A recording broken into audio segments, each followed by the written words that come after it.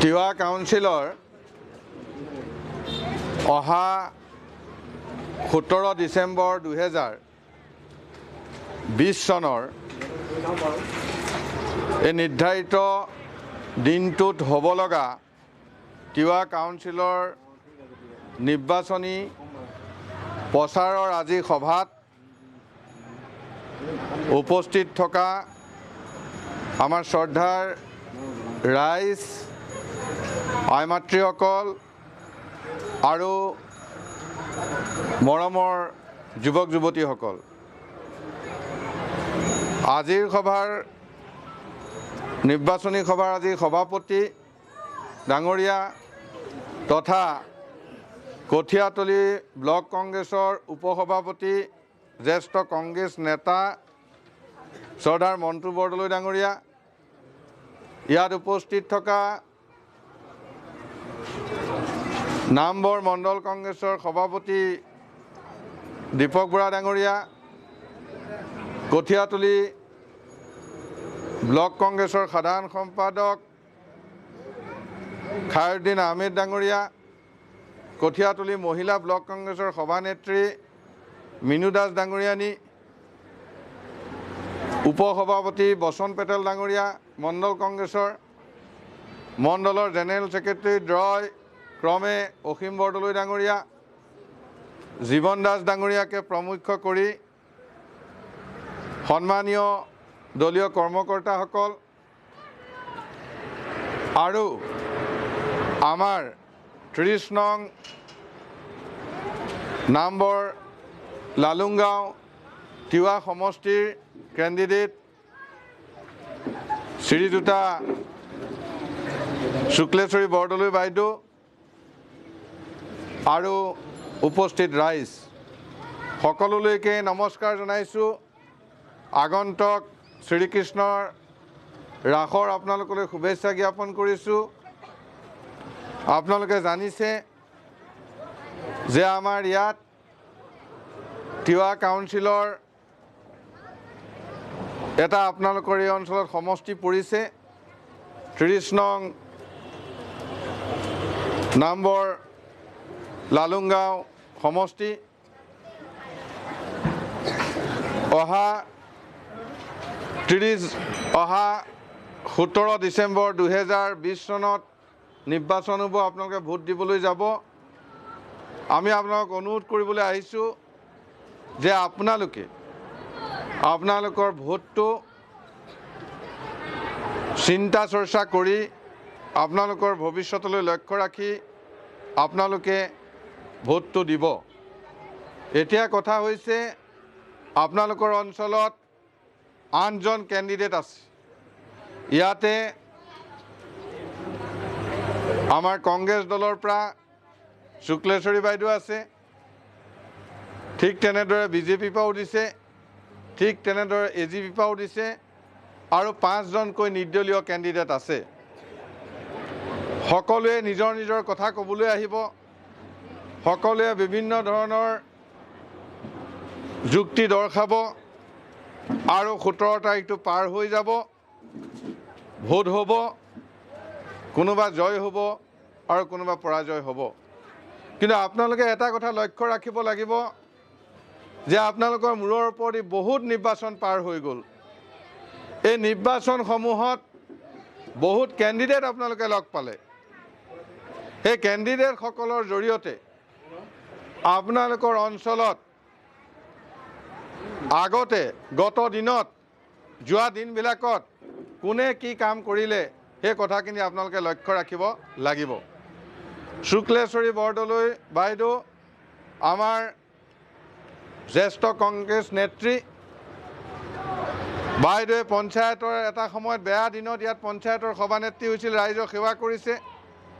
তিৱা কাউন্সিলৰ বাইদেউ EM হৈছে, বাইদেৱে সহায় কৰিছে। আজিও আপোনালোকৰ ৰাজহুৱা অনুষ্ঠানবিলাকত সেই তেওঁৰ কৰা কামবিলাক জিলিকি আছে। আৰু আজি জীৱনৰ শেষ মুহূৰ্তত, শেষ সময়ত তেওঁ যিহেতুকে ইচ্ছা কৰিছে যে আকৌ এবাৰ ৰাইজৰ সেৱা কৰিব, গতিকে মই ভাবোঁ আপোনালোকে সকলোৱে দলে বলে লাগি বাইদেউক আপোনালোকে ভোট দি হাতৰ চিনত ভোট দি জয়যুক্ত কৰক আৰু মই আপোনালোকক কথা দিছোঁ যে বাইদেউ জিকিলে মই বাইদেউৰ জৰিয়তে আপোনালোকৰ অঞ্চলৰ উন্নয়ন কৰাৰ ব্যৱস্থা কৰিম বুলি মই কথা দিছোঁ আপোনালোকক। এতিয়া কথা হৈছে যে আপোনালোকৰ মাজলৈ বহুত লোক আহিব, ভোট খুজিব। আপোনালোকে কিন্তু অলপ চিন্তা কৰাৰ সময় আহিছে। দুই এজন কেণ্ডিডেট, বাইদেউ যেনেকৈ এটা সময়ত তিৱা কাউন্সিলৰ EM আছিল, বাইদেউ যেনেকৈ পঞ্চায়তৰ সভানেত্ৰী আছিল, তেনেকৈ গত দিনত কোনোবা ইয়াত কাউন্সিলাৰ হৈছিল, গত দিনত ইয়াত কোনোবা EM হৈছিল, গত দিনত কোনোবা আৰু কিবাকিনি হৈছিল। তেওঁলোকৰ কাৰ্যকালত আপোনালোকক কি দিছিল, আপোনালোকে কি পাইছিল, কথাখিনি লক্ষ্য ৰাখিব লাগিব। মই কি কৈছোঁ আপোনালোকে ভালদৰে বুজি লওক। ক্ষমতা পোৱাৰ পিছত সেই লোকসকলে আজি আকৌ ক্ষমতা ল'ব বিচাৰিছে, তে সেইসকলে আপোনালোকক কি দিছিল? সেই সময়ত অজস্ৰ ক্ষমতা আছিল তেওঁলোকৰ হাতত, অজস্ৰ ক্ষমতা আছিল, অজস্ৰ টকা পইচা আহিছিল ব্লকত, কিন্তু সেই সময়ত আপোনালোকে কি পালে এবাৰ ভালকৈ লক্ষ্য কৰিব। আপোনালোকে লক্ষ্য কৰিব সেই সময়ত কি পালে। নহয় এজন বোলে নতুন মানুহ, সেইটোতো নহয়। আপোনালোকৰ মাজলৈ কিছুমান মানুহ আহিব, পুৰণা মুখৰ মানুহ আহিব, যোনে আগতে ক্ষমতা পাইছে। ক্ষমতা পোৱাৰ পিছত আপোনালোকক কি কৰি দিছিল? শুক্লেশ্বৰী বাইদেউ ক্ষমতা পাইছে, তেখেতে পঞ্চায়ত পাই পেলাই কি দিছিল আপোনালোকক? যোৱা তিৱা ইলেকশ্যনত কি দিছিল আপোনালোকে খবৰ ৰাখক, আৰু অন্য লোকসকলক কি দিছে আপোনালোকে খবৰ ৰাখক। এইবাৰ চাওক, ইয়াত যোৱা 5 বছৰ যিজন EM আছিল, যোৱা 5 বছৰ বিজেপি দলৰ পৰা যিজন EM আছিল, সেই EM জনক কিন্তু দলে এবাৰ টিকট দিয়া নাই। সেই যোৱা 5 বছৰে ইয়াত যিজন EM আছিল বিজেপি দলৰ পৰা, বিজেপি দলৰ EM জনক এবাৰ বিজেপি দলে টিকট দিয়া নাই। তেওঁলোকে টিকেটটো কিন্তু বেলেগ এজন মানুহক বিজেপি দলৰ পৰা দিছে। তাৰমানে আমি উত্তৰটো পাইছোঁ যে গত দিনৰ বিজেপি দলৰ যিজন EM আছিল, তেওঁ ৰাইজৰ ভালকৈ কাম কৰা নাই। সেইটো বিজেপি দলৰ পৰাই আমাক জনাই দিছে যে আমাৰ মানুহটোৱে ভাল কাম কৰা নাই, গতিকে তেওঁক আকৌ টিকেটটো দিয়া হোৱা নাই। আমাক তেওঁলোকে জনাই দিছে। গতিকে সেই দলৰ পৰা যিসকল আহিব এতিয়া, তেওঁলোকে আহি থকা দিনত কেনেকুৱা কাম কৰিব সেই কথাখিনি আপোনালোকে বুজি চালে আপুনি তাৰ উত্তৰটো নিশ্চয় পাব। আৰু কথা আহিছে যে তেওঁলোকৰ যদি ভাল কাম কৰিলে হ'লে, তেতিয়াহ'লে নিশ্চয় আজিৰ বিজেপি দলে তেওঁলোকৰ কেণ্ডিডেট, যোৱাবাৰ কেণ্ডিডেটজনক আকৌ টিকট দিলে হ'লে। তাৰমানে তেওঁলোকৰ মানুহে বেয়া কাম কৰিছে বুলি তেওঁলোকে নিজেই কৈছে আমাক, হয়নে নহয়? উত্তৰটো বুজি পাইছেনে? তেওঁলোকে কণ্টিনিউ যিহেতুকে নেক্সট দিয়া নাই, আৰু বোলে নহয় বয়স হৈছে, কিবা হৈছে, নহয় ডেকা মানুহ এজনক নেক্সট যিহেতু টিকেট দিয়া নাই, তাৰমানে তেওঁলোকে ৰিজাল্টটো দিছে তেওঁলোকৰ মানুহজনে ভাল কাম কৰা নাছিল, কথাটো বুজি পাইছেনে আপোনালোকে?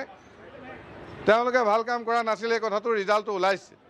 এতিয়া কথা হৈছে কি, যে যদি আমি আকৌ চাওঁ AGPৰ কথাটো চাবলৈ যাওঁতে চাওক, AGP দলৰ ইয়াতে 35 বছৰ বিধায়ক আছে, 35 বছৰ AGP দলৰ পৰা ইয়াত MLA আছে। AGP দলৰ 35 বছৰ ব্ৰহ্মপুৰত MLA থকাৰ পিছত আপোনালোকৰ অঞ্চলত কি কাম হৈছে? গতিকে AGPৰ দলৰ যিজন কেণ্ডিডেট আছে, সেই কেণ্ডিডেটজনে আপোনালোকক কি দিব সেই কথাটো আপোনালোকে এবাৰ ভাবি চাওক। মই গোটেই কথাখিনি আপোনালোকক খোলোচাকৈ কৈছোঁ। ব্ৰহ্মপুৰ সমষ্টিত 35 বছৰে AGPৰ বিধায়ক আছে। 35 বছৰত AGP ফালৰ পৰা আমি কি পালোঁ? গতিকে তেওঁলোকৰ গুৰিয়ালজনে যদি মেইন মানুহজনে আমাক কিবা দিব পৰা নাই, সেইটো দলৰ পৰা যোনে EM খেলিবলৈ বা তিৱা কাউন্সিলৰ সদস্য খেলিবলৈ গৈছে, সেইজনক আমি যদি জিকাওঁ, তেতিয়াহ'লে আমাৰ আহি থকা দিনত তেওঁ জিকিলে কি আমি পাম আৰু নাপাম আপোনালোকে নিশ্চয় বুজি পাইছে। এতিয়া বাকী আহি গ'ল নিৰ্দলীয় কথা। আজি এটা দল যদি হয়, দলৰ বহু কেণ্ডিডেট জিকিব, সেই দল যিয়েই নহওক, এতিয়া এটা দলৰ যদি কেণ্ডিডেট সৰহকৈ জিকে, তেওঁলোকে কাউন্সিলখন গঠন কৰিব, তাৰমানে চৰকাৰখন গঠন কৰিব। কিহৰ চৰকাৰ? কাউন্সিলৰ চৰকাৰখন তেওঁলোকে গঠন কৰিব। আজি কংগ্ৰেছ জিকিলে, আমাৰ কংগ্ৰেছৰ 37টা কেণ্ডিডেট দিয়া হৈছে, 37জন কেণ্ডিডেট মিলি পেলাই কি হ'ব, আমাৰ মেজৰিটি পালে আমাৰ কাউন্সিলখন গঠন হ'ব, আৰু আমাৰ বাইদেউ জিকিলে আমাৰ ইয়ালৈ বহুতখিনি বস্তু আনিব পাৰিব। ঠিক তেনেকৈ যদি বিজেপিৰ জিকে, বিজেপিৰ যদি সৰহ সংখ্যক জিকে তেওঁলোকে কাউন্সিলখন গঠন কৰিব পাৰিব, তেওঁলোকৰ মানুহজনেও বহুত বস্তু আনিব পাৰিব। যদি এজিপি জিকে, এজিপি কাউন্সিলখন গঠন কৰিব, বহু বস্তু এজিপিজনে আনিব পাৰিব। কিন্তু নিৰ্দলীয় কি আনিব? নিৰ্দলীয় কি আনিব? আপোনাক বুজি পাইছেনে? নিৰ্দলীয় একো নাই, কোনো দল নাই। গতিকে নিৰ্দলীয়ক ভোটটো দি আপোনালোকে নষ্ট নকৰিব।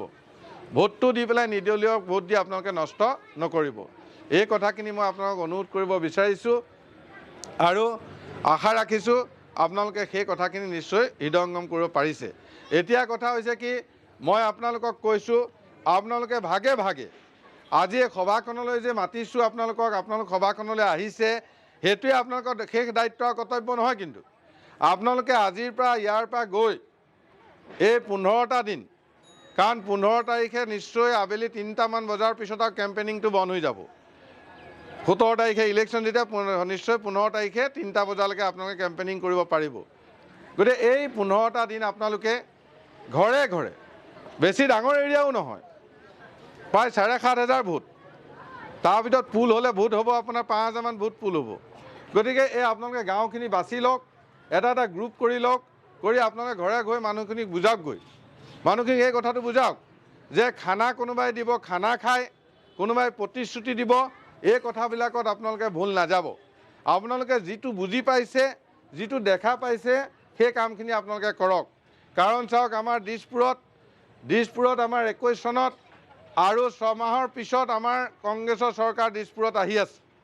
যিহেতুকে দিছপুৰত কংগ্ৰেছৰ চৰকাৰ আহিব, তেনেহ'লে আমাৰ EM-জন, আমাৰ সদস্যজন, আমাৰ তিৱা কাউন্সিলৰ সদস্যজন, কেণ্ডিডেটজন যদি আমাৰ কংগ্ৰেছৰ জিকে, তেতিয়াহ'লে কি হ'ব, আমাৰ বস্তু বা আপোনাৰ ডেভেলপমেণ্টৰ বাবে ফাণ্ড, টকা পইচা বেছিকৈ আমাৰ সদস্যজনে, আমাৰ কেণ্ডিডেটজনে জিকিলে আনিব পাৰিব। গতিকে আগন্তুক আপোনালোকে টিভিত দেখা পাইছে, আপোনালোকে নিজেও মনে প্ৰাণে বিচাৰিছে যে আমাৰ ইয়াতে কি হ'ব, যে চৰকাৰখন কংগ্ৰেছৰ হ'ব। এইবাৰ অসমত কংগ্ৰেছৰ চৰকাৰ হ'ব 21 চনত। গতিকে আপোনালোকক কৈছোঁ, আপোনালোকে ইয়াৰ পৰা গৈ সকলোৱে লাগি আপোনালোকে এই কথাখিনি ৰাইজক কওক, আৰু ৰাইজক কৈ পেলাই আপোনালোকে ৰাইজক কৈ আমাৰ কেণ্ডিডেটলৈ ভোট অনাৰ ব্যৱস্থা কৰক। এইখিনিকে কৈছোঁ, আৰু আহি থকা দিনত আকৌ লগ পাম, আকৌ কথা পাতিম, আৰু বহুখিনি কথা আছে। এতিয়া আমি আপোনালোকক ক'ব বিচাৰিছোঁ সকলোৱে যে মই ক'ম, আপোনালোকে ক'ব, চাউণ্ড কৰিব, কংগ্ৰেছ জিন্দাবাদ, আই কংগ্ৰেছ জিন্দাবাদ, আই কংগ্ৰেছ জিন্দাবাদ। কোনোবা কেইটামানে হাত উঠোৱা নাই, হয় মানে ছাপোৰ্ট হোৱা নাই, নহয় কিবা লাজ কৰিছে, কিবা এটা হ'ব লাগিব। লাজ কৰিলে কেনেকৈ হ'ব? আই কংগ্ৰেছ জিন্দাবাদ, আই কংগ্ৰেছ জিন্দাবাদ, আই কংগ্ৰেছ জিন্দাবাদ, শুক্লেশ্বৰী বৰদলৈ জিন্দাবাদ, শুক্লেশ্বৰী বৰদলৈ জিন্দাবাদ, শুক্লেশ্বৰী বৰদলৈ জিন্দাবাদ। হাতৰ চিহ্নত ভোট দিয়ক, হাতৰ চিহ্নত ভোট দিয়ক, তিৱা কাউন্সিলত হাতৰ চিহ্নত ভোট দিয়ক। ধন্যবাদ, আপোনালোক সকলোকে ধন্যবাদ জনাইছোঁ।